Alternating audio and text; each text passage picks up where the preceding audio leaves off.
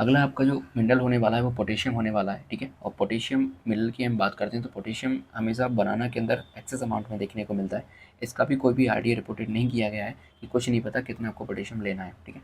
फिर भी यदि हम इसके फूड सोर्स की बात कर लेते हैं तो फूड सोर्स में देखिए all vegetables and fruits, legumes, whole grains, meats, nuts, इनके अंदर हमें पोटेशियम देखने को मिलता है।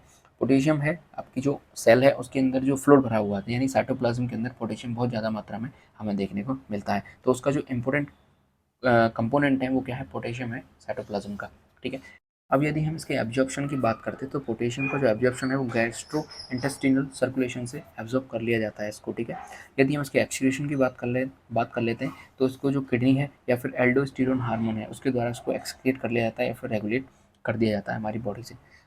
अब हम इसके फंक्शन की बात कर लेते हैं। देखिए इसका पहला फंक्शन है, it is a major a cation in intracellular fluid, यानी जो हमारी सेल्स के अंदर फ्लूइड पाया जाता है उसके अंदर कैटायन के फॉर्म में क्या पाया जाता है, पोटेशियम यहाँ पे हमें देखने को मिलता है, ठीक है।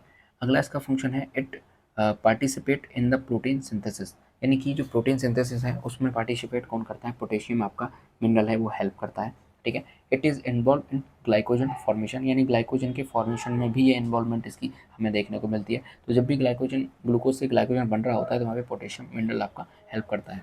इसके अलावा बात करते हैं, it maintains acid base and water balance of the body, यानी कि जो हमारी बॉडी के अंदर एसिड बेस है, ठीक है, उसको बैलेंस बना के रखता है, यानी एज अ बफर के रूप में ये काम करता है। इसके अलावा जो वाटर है उसको भी बैलेंस बना के रखता है हमारी बॉडी के अंदर, ठीक है। ये कुछ मेजर फंक्शंस हैं इसके। जैसे इंटरसेलुलर फ्लूइड है उसके अंदर कैटायन के रूप में वर्क करेगा।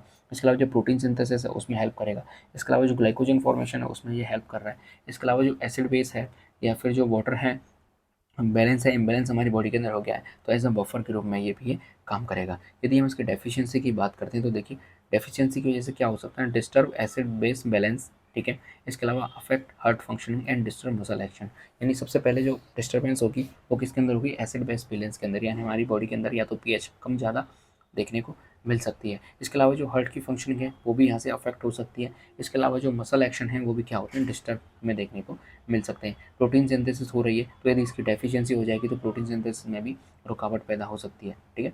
तो ये पोटेशियम के बारे में था।